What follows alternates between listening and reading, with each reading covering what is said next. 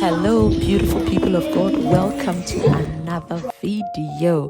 In this video, you're just going to see a lot of activities that we did randomly throughout the Mother's Day week in the UK. And I'm going to be reading a story for you. And I hope that you pay rapt attention so that you can get one or two things from this story. This story is by Dan-Dzide. So please listen, and I hope you enjoy the vlog. Bye. If this is the first time that you're seeing my face, my name is Marie Esinugawu. On this channel, we do fun, faith, and family. To my returning subscribers, I'm so grateful. Thank you so much. And for this short period, this channel has grown tremendously, and I owe it to all of you. So I want to say a very big thank you. Let's go right in. Speak the word only. My daughter Judy and I were traveling in East Africa doing crusades in Nairobi, Kenya, and we had several services every day, and Judy led 100-voice choir every night. Following the crusades in Nairobi, we flew to Mombasa by the Indian Ocean for further ministry. The heat and humidity in Mombasa make it one of the most intolerable cities in the world for living accommodations. It was terribly hot, but Judy and I worked very hard whilst we were there. Then came the day we were to fly to London for an overnight stay before returning to North America. After we were airbound, Judy told me that she was going to another part of the jet where she had seen several empty seats and would stretch out a bit more. About halfway through the 10-hour flight, I went back to talk with her and make sure she was okay. "Dad, I've vomited several times," she informed me. I placed my hand on her forehead and prayed a brief fatherly prayer for her, then returned to my seat. It seemed like something minor. I wasn't overly concerned. The crisis. About half an hour before we landed in London, a flight attendant found me and related this grave news. "Mr. Gossett, I'm sorry to inform you that your daughter Judy is a very sick lady. Not only has she vomited many times, she is also hemorrhaging from every opening in her body. It is the blood that had us alarmed. We don't know if it's food poisoning or what the problem is. We have notified Heathrow Airport to meet a flight with a wheelchair for your daughter." The wheelchair was waiting when we landed, and they took Judy to the medical examination room. After more than an hour, a doctor came out with more critical news. "Mr. Gossett, we have taken blood from your daughter. She has something more severe than parasites, but beyond that, we are uncertain. We have ordered an ambulance to come immediately and take her across London to a hospital that specializes in tropical and infectious disease." "Please, doctor, that won't be necessary. Judy worked very hard while we're in Africa. I'm sure that will be all right. I'm sure that she'll be all right with a good night's rest. And I've booked rooms for us tonight here in London," I explained. The doctor was quite blunt as she responded to my protest. "Mr. Gossett, leaving the hospital is not an option. Your daughter has been quarantined. She is now the responsibility of the British Airways and the City of London. There is no way we'll consider permitting her to live with the highly contagious disease she may have."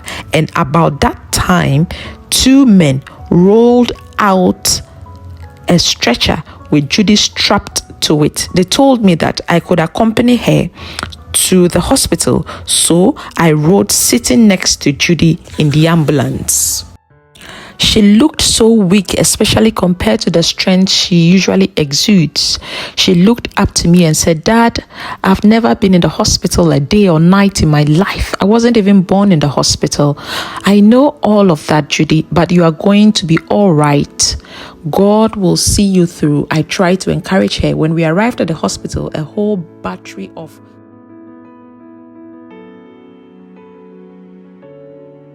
Welcome to another amazing video. Today is Mother's Day and I'm just gonna do a science experiment. This is my ID card, Dr. Klenam, number 123, and here's my photo that I drew. Today I don't know what we're gonna do, but I hope it's good. So I just got some water, added food coloring, different food coloring to both of them, mixed it, and now it looks like we're gonna pour some blue into the yellow. Green. Oh, it made green. That is so cool. A whole battery of doctors and nurses met us. They were all wearing emergency-looking hospital garments, and they quickly took Judy away to an isolation room. After a long time, Dr. Clark, the chief physician, came out to speak to me. Mr. Gossett, your daughter is an extremely ill woman. We will do our best to save her life, but we won't know anything until morning. Meanwhile, you will have to leave the hospital and you won't be permitted to return until we notify you that you can. You may enter the isolation room where your daughter is, but only for 20 minutes. Then you must leave the hospital. When I was alone with Judy, I told her, Judy, the doctor has given me only 20 minutes with you before I must leave. We won't have time for deep intercession for you, but Judy, I'm going to speak the healing word for you. I have these truths in my spirit, in my alphabet of healing. Remember, Jesus cast out evil spirits with his word. That's what I'm going to do now. The word I speak over you will expel this spirit of infirmity and disease. Just receive this word as I speak it now. Any one of these 26 verses can be your healing portion. Beautiful people of God, the healing alphabets are from 1 to 26, and looking at the length of this video, I'm not sure that I'll be able to exhaust all of them. Therefore, I promise that I'm going to start from the beginning of the letters to the end in my next video, so please look out for them.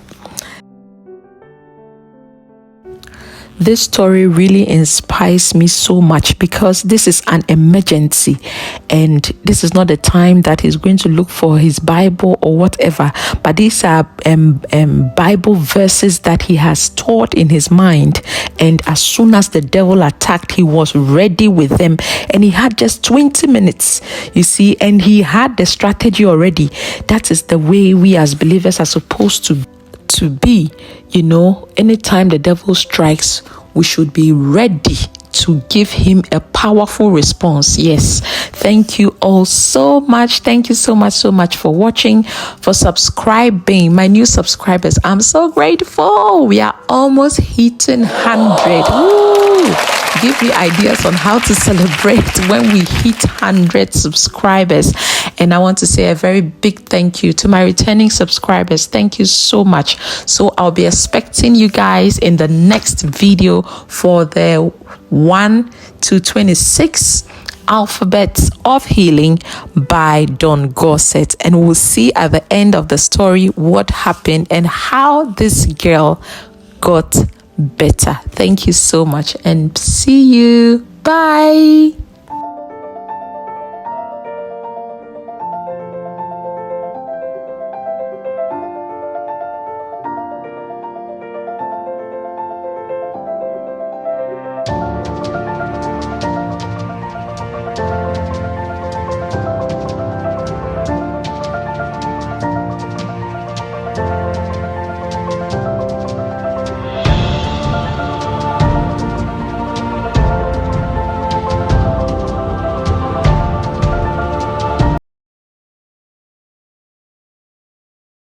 I met a little boy with no arms and no legs just like me.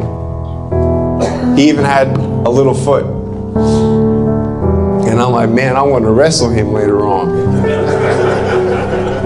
And it was in front of a church, and I stopped the sermon and asked someone to carry him up on stage, and he was sitting down, he's looking up at me, I'm looking down at him, and I can't give him a high five, so I put my little foot on his foot, and he smiled. And when he smiled, everyone cried. His mother came up and said, "Thank you for being our miracle."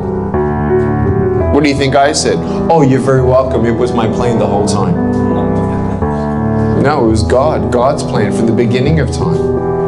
When God doesn't change your circumstance, He'll change your heart. When I was 24 years old,